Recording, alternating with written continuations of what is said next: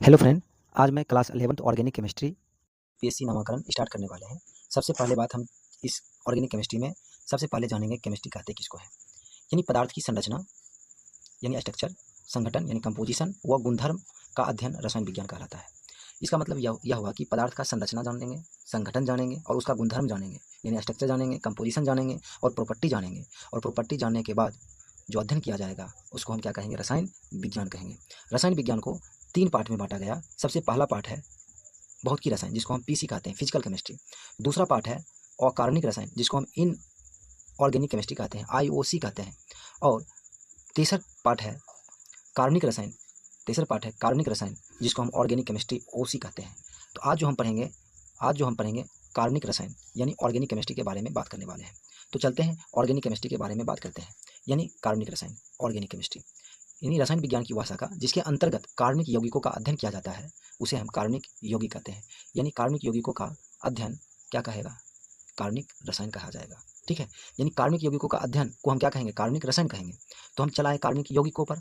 अब देखिए कार्बनिक यौगिक कहेंगे किसको? अब ये बात करते हैं कार्बनिक यौगिक।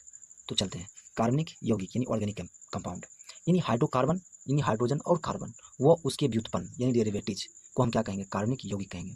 तो देखिए सबसे पहली बात हम करते हैं हाइड्रोकार्बन, यानी हाइड्रोजन और कार्बन मिलकर 2 तत्व मिला और 2 तत्व मिलकर कुछ चीज़ बनाता है, उसको हम क्या कहते हैं? यौगिक कहते हैं। यानी ये हाइड्रोजन और ये कार्बन, यानी कार्बन और हाइड्रोजन मिलकर यह हुआ हाइड्रोकार्बन हुआ। आप देखिए CX और HY को क्या कहें? हाइड्रोकार्बन कहें। आप CX और HY में हाइड्रोजन को निकाल लेते हैं और प्लस G को उसमें जोड़ देते हैं, तो क्या बन जाएगा? CXHY-1 और G। अब ये जो प्लस G को हम ऐड किए और प्लस G को हम जब ऐड करने पर जो बना उसी को कहेंगे हाइड्रोकार्बन व्युत्पन्न। और ये दोनों हाइड्रोकार्बन, ये CXHY और CXHY-1G, ये जो हाइड्रोकार्बन या हाइड्रोकार्बन को व्युत्पन्न मिलाकर जो होगा उसे हम कार्बनिक यौगिक कहेंगे। तो विभिन्न प्रकार के वैज्ञानिकों ने आए और कार्बनिक यौगिक के बारे में बात करने लगे। तो सबसे पहली बात एक जैव शक्ति सिद्धांत के बारे में बात हुआ। तो चलते हैं जैव शक्ति सिद्धांत के बारे में पढ़ते हैं। जैव शक्ति सिद्धांत जिसको हम विक्टर फोर्स थ्योरी कहते हैं, 1815 में बर्जीलियस नामक वैज्ञानिक ने प्रतिपादित किया कि कार्बनिक यौगिक के निर्माण के लिए एक विशेष प्रकार की जैव शक्ति उत्तरदायी होती है और कार्बनिक यौगिक को कृत्रिम रूप से संश्लेषित नहीं किया जा सकता है। इसका मतलब ये हुआ कि जैव शक्ति सिद्धांत के अनुसार 1815 में बर्जीलियस नामक वैज्ञानिक ने यह बताया कि कार्बनिक यौगिक का निर्माण एक जादुई शक्ति से हुआ है और इसका मानव निर्माण नहीं कर सकता है, कृत्रिम रूप से इसे संश्लेषित नहीं किया जा सकता है।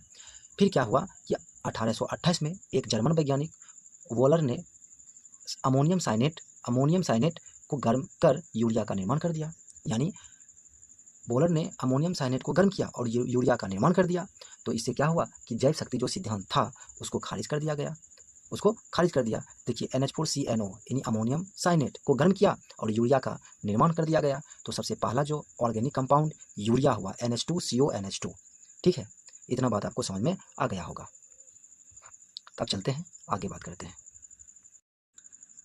पहला कार्बनिक यौगिक यूरिया का निर्माण हुआ और दूसरा कार्बनिक यौगिक एसिटिक अम्ल कोल्बे ने 1845 में करके दिखा दिए। फिर तीसरा कार्बनिक यौगिक मेथेन जो बर्थलोट नामक वैज्ञानिकों ने 1860 में निर्माण करके दिखा दिया, जिसमें जैव शक्ति तो पूरा तरीका से खारिज हो गया। तो चलते हैं कार्बनिक यौगिकों का आधारभूत तत्व कार्बन होता है, यानी कार्बनिक यौगिक का आधारभूत तत्व कार्बन होता है और कार्बन असंख्यक तत्वों को बनाता है। इसके 2 निम्नलिखित कारण है, यानी कि कार्बनिक यौगिकों का आधारभूत तत्व जो होता है वो कार्बन होता है और कार्बन असंख्य तत्वों को बनाता है। इसके 2 निम्नलिखित कारण हैं।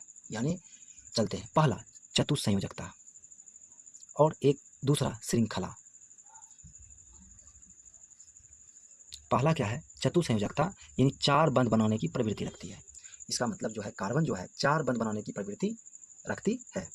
दूसरा श्रृंखला अपने ही अन्य परमाणुओं के साथ जुड़कर लंबी श्रृंखला या वलय बनाने की प्रवृत्ति रखती है। यानी कार्बन जो है अपने ही जैसे परमाणुओं के साथ जुड़कर लंबी श्रृंखला का निर्माण कर सकती है या वलय का निर्माण कर सकती है। और कार्बन के बंध प्रबल बंध होती है, यानी कार्बन के बंध जो बंध होता है वो बहुत ही प्रबल होता है। ठीक है, अब देखिए हम आगे बात करने वाले हैं कार्बनिक यौगिकों का निरूपण, रिप्रेजेंटेशन ऑफ ऑर्गेनिक कंपाउंड्स। तो चलते हैं और 1 बाय